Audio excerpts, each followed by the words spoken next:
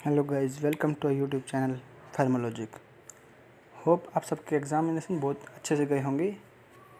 अभी हम रिसेंटली बात कर रहे थे फार्मास्यूटिकल ऑर्गेनिक केमिस्ट्री के फैट एंड ऑयल यूनिट की। लास्ट वीडियो में हमने बात किया था कि फैट एंड ऑयल होते क्या हैं, उनमें डिफरेंस क्या क्या होता है, हाइड्रोजनेशन क्या होती है, सैपोनिफिकेशन क्या होती है और रेंसिडिफिकेशन क्या होती है।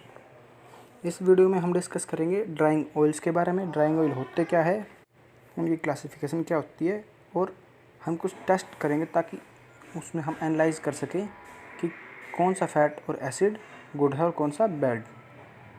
हम शुरुआत करते हैं ड्राइंग ऑयल से। Some glyceride of unsaturated acids having two और more double bonds absorb oxygen from air and get polymerised to form a hard transparent coating which use in making paints and oil cloth. जो glyceride होते हैं वो unsaturated acid होते हैं, मतलब उनमें double और ट्रिपल बॉन्ड होता है। उनको अगर हम ओपन रख देते हैं एयर में तो ऑक्सीजन एब्जॉर्ब कर लेते हैं और पॉलीमराइज्ड होकर एक हार्ड ट्रांसपेरेंट कोटिंग बना देते हैं, एक हार्ड लेयर बना देते हैं। और उस ड्राइंग ऑयल्स को हम पेंट और ऑयल क्लॉथ में यूज़ करते हैं। जैसे हम देखते हैं कि पेंट है, अप्लाई कर देते हैं हम वॉल पे, थोड़ी देर के बाद वो सूख जाता है। क्यों? उसके अंदर का ऑयल है वो ड्राई हो जाता है थोड़े टाइम के बाद। तो हम उन्हीं ऑयल्स की बात कर रहे हैं, ड्राइंग ऑयल की। This phenomena is called as drying. मतलब हमने पेंट लगा दिया और वो ऑयल सूख गया तो उसको हम बोलते हैं drying, and those oils are known as drying oils. For example linseed oil, tung oil, perilla oil are drying oil. Linseed oil, tung oil, perilla oil drying oil होते हैं। Drying can be achieved faster by addition of driers like salt of manganese, lead etcetera. अगर हमें drawing को जल्दी achieve करना है तो हम उसके अंदर मैग्नीज, लीड जैसे हम ड्रायर उसमें मिक्स करते हैं ताकि जल्दी अचीव हो सके। Oil depending upon their exposure to light and air can be classified as. हम ड्राइंग ऑयल को 3 टाइप से डिवाइड कर सकते हैं। First, non drying oil. These oil on exposure to light and long storage get rancid.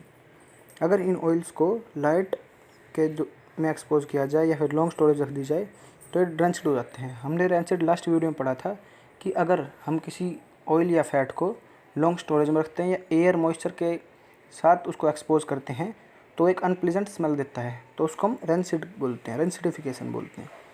तो oil get decompose into glycerol fatty acid, saturated and unsaturated. जो oil है वो ग्लिसरॉल और फैटी एसिड में ब्रेक डाउन हो जाता है। और फैटी एसिड इसमें 2 टाइप के हमको अच्छे होते हैं, एक सैचुरेटेड, एक अनसैचुरेटेड।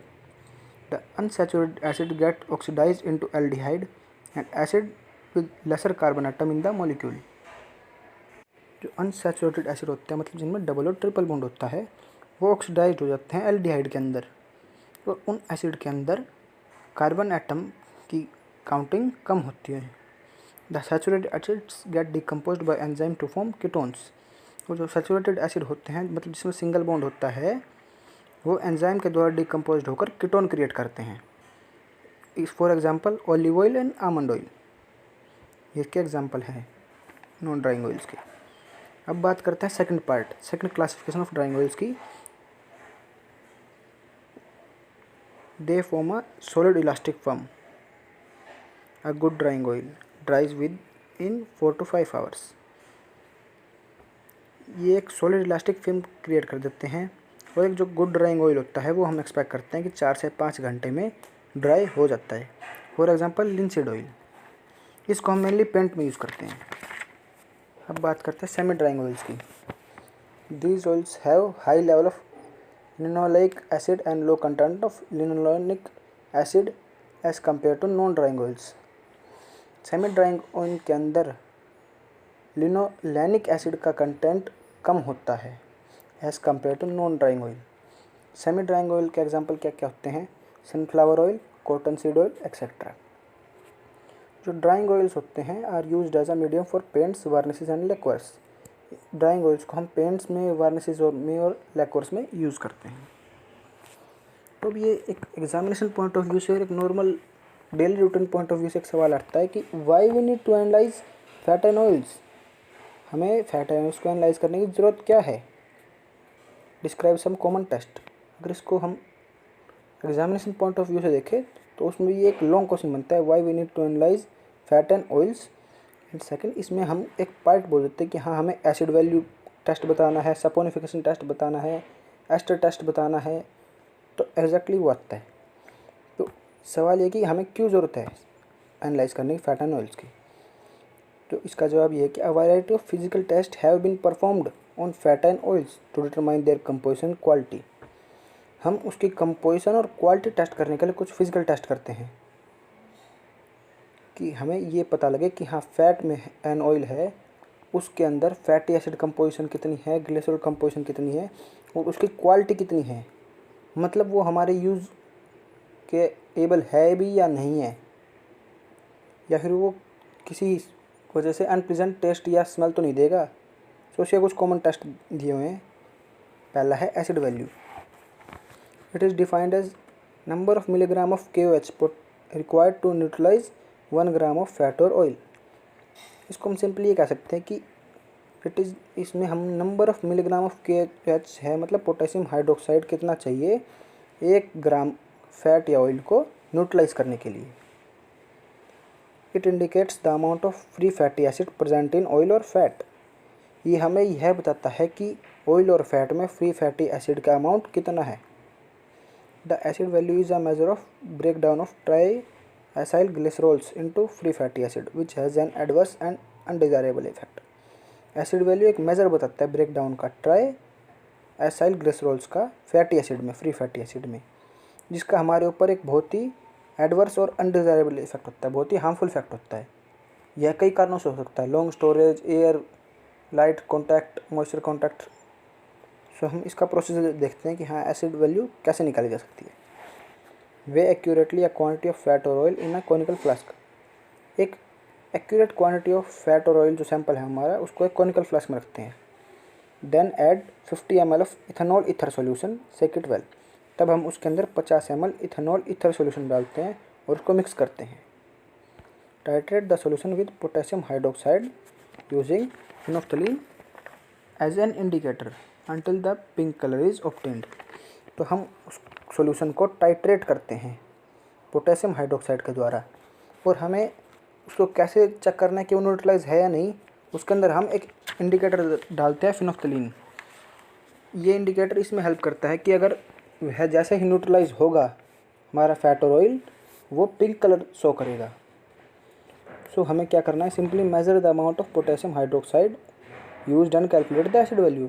तो हमें जस्ट ब्यूरेट में ये देखना है कि हमारा कितना पोटेशियम हाइड्रोक्साइड यूज़ हुआ है, ml में हमें चेक करना होता है ये, और एसिड वैल्यू चेक करते हैं।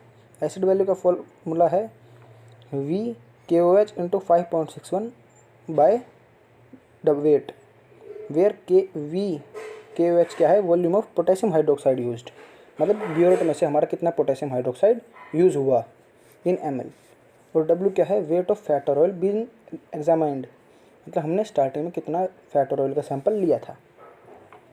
अब हमें रिजल्ट क्या पता चलेगा। High acid value indicates that the given sample और fat is of low quality and store under improper condition. अगर जो हम एसिड वैल्यू चेक कर रहे हैं, अगर उसकी हाई वैल्यू आती है तो हमें ये पता चलता है कि फ़ैट और ऑयल लो क्वालिटी का है और उसको अनप्रॉपर कंडीशंस में स्टोर किया जाता है। हम जो रिफाइंड वगैरह यूज़ करते हैं उसके अंदर बहुत ही लो क्वालिटी होती है एसिड वैल्यू की। हम ये चेक करना चाहिए ताकि वो हमारे ईडेबल है या नहीं है। अब सेकंड टेस्ट होता है सैपोनिफिकेशन वैल्यू। ये जो टेस्ट हैं, analyse test of fat and oils, ये प्रैक्टिकल में भी कंडक्ट किए जाते हैं बी फार्मेसी में। So saponification is defined as number of milligram of potassium hydroxide required to completely saponify 1 gram of fat और ऑयल। मतलब इसमें हम पोटेशियम हाइड्रोक्साइड का यूज़ करके हमें ये बताना है कि 1 ग्राम ऑफ फैट और ऑयल को हमें न्यूट्रलाइज करने के लिए या सैपोनिफाई करने के लिए कितने milligram of potassium hydroxide use करना है। सैपोनिफाई मतलब कि हम जो उसके फैटी एसिड हमें अचीव होते हैं उसके अंदर अल्कली यूज़ करते हैं तो उससे सोप क्रिएट होती है। It is defined as the number of milligram of KOH required to neutralize the fatty acid form from complete hydrolysis of 1 gram of fat और ऑयल। फैट और ऑयल का complete hydrolysis मतलब neutralize करना में हमको कितने mg पोटेशियम हाइड्रोक्साइड की ज़रूरत है, वो है सैपोनिफिकेशन वैल्यू। मतलब सोप बनाने के लिए फैट और ऑयल को हमें कितने मिलीग्राम पोटेशियम हाइड्रोक्साइड की रिक्वायरमेंट है। अब हम पढ़ते हैं principal involve in saponification value की सैपोनिफिकेशन वैल्यू में कौन सा प्रिंसिपल काम करता है। It is determined by refluxing a known quantity of sample with an excess of 0.5 N alcoholic KOH for 30 minutes. हम इसको कैसे डिटरमाइन करते हैं, एज एन बैक टाइट्रेशन। जैसे हमने बैक टाइट्रेशन करते हैं वैसे वही प्रिंसिपल इसमें इन्वॉल्व होना है। इसके अंदर हम क्या करते हैं, एक नॉन क्वांटिटी ऑफ सैंपल को एक्सेस 0.5 एन एल्कोहलिक KOH के साथ ट्रीट कराते हैं 30 मिनट्स के लिए, और उसके बाद हम उस अनयूज्ड एल्काली को 0.5 एन HCl से टाइट्रेट कराते हैं। तो हमें यह पता चल जाता है कि उसके अंदर कितना एल्काली यूज़ हुआ। मान लीजिए हमने 35 ml एल्कोहलिक KOH उसमें ट्रीट करा है, और उसके बाद हमने अनयूज्ड एल्काली को 0.5 एन HCl से ट्रीट करा है, तो हमारे पास 15 ml HCl यूज़ हुआ। मतलब इस रिएक्शन के अंदर हमें 35 - 15 = 20 ml KOH हमें इस रिएक्शन में रिक्वायर्ड था। इसको हम बैक टाइट्रेशन बोलते हैं। अब हम बात करते हैं प्रोसीजर की सैपोनिफिकेशन वैल्यू में। Take 2 gram of sample in a conical flask fitted with the reflux condenser. हम इसके अंदर 2 ग्राम सैंपल लेते हैं फैट और ऑयल का कॉनिकल फ्लास्क में, और जिसके साथ हमने रिफ्लेक्स कंडेंसर अटैच कर रखा है। Add 25 ml of 0.5 N ethanolic KOH and small amount of pumice powder and boil under reflux on a water bath for 30 minutes.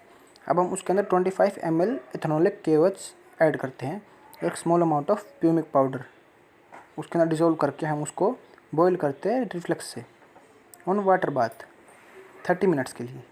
और उसके अंदर हम एक 1 ml फिनोफ्थलीन सॉल्यूशन डाल देते हैं as an indicator, and then titrate with 0.5 N HCl, और हम उसको 0.5 एन HCl के साथ टाइट्रेट कराते हैं। Also carry out blank titration omitting the substance under examination. अब हम इसके अंदर ब्लैंक टाइट्रेशन करते हैं, सिर्फ जो हमारा मेन सब्सटेंस होता है, जो सैंपल है, उसको छोड़कर बाकी सारे प्रोसीजर सेम रहते हैं। Indicator, ethanolic KOH, 0.5 N HCl, ये सारी चीज़ सेम रहती है, सिर्फ हम इसके अंदर सैंपल नहीं लेते। ब्लैंक टाइट्रेशन बोलते हैं इसको।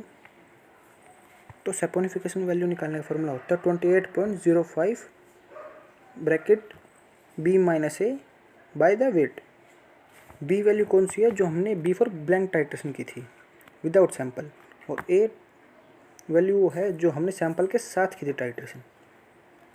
सो इनका difference into 28.05 by the weight, वो हमें सैपोनिफिकेशन वैल्यू देगा। तो सैपोनिफिकेशन वैल्यू की सिग्निफिकेंस क्या होती है, सैपोनिफिकेशन वैल्यू निकालने के बाद हमको क्या क्या चीज़ें पता चलती है। Smaller the molecular weight higher the saponification value. मतलब क्या है कि जितना ज़्यादा मोलिकुलर वेट कम होगा उतनी ही ज़्यादा सैपोनिफिकेशन वैल्यू ज़्यादा होगी, और higher the saponification value greater is the percentage of short chain acid present in the glyceride of acid and fat. अगर सैपोनिफिकेशन वैल्यू हाई होगी तो हम इससे एस्टिमेट लगा सकते हैं कि उसके अंदर शॉर्ट चेन एसिड प्रेजेंट होंगे, परसेंटेज उसमें ज़्यादा होगी as compare to lower the saponification value fat and oil. और ये हमको हेल्प करता है finding the amount of alkali required for convert given amount of fat और ऑयल इनटू सोप। ये हमें हेल्प करता है कि एक फैट और ऑयल को सोप में कन्वर्ट करने के लिए हमको कितना एल्काली चाहिए होता है। होप आप सबको मेरी ये वीडियो पसंद आई होगी। अब अगली वीडियो में हम आयोडीन वैल्यू, एस्टर वैल्यू, बाकी एनालिटिकल मेथड्स के बारे में डिस्कस करेंगे। तो हमारी वीडियो को ज़्यादा से ज़्यादा लाइक करें, शेयर करें, सब्सक्राइब करें।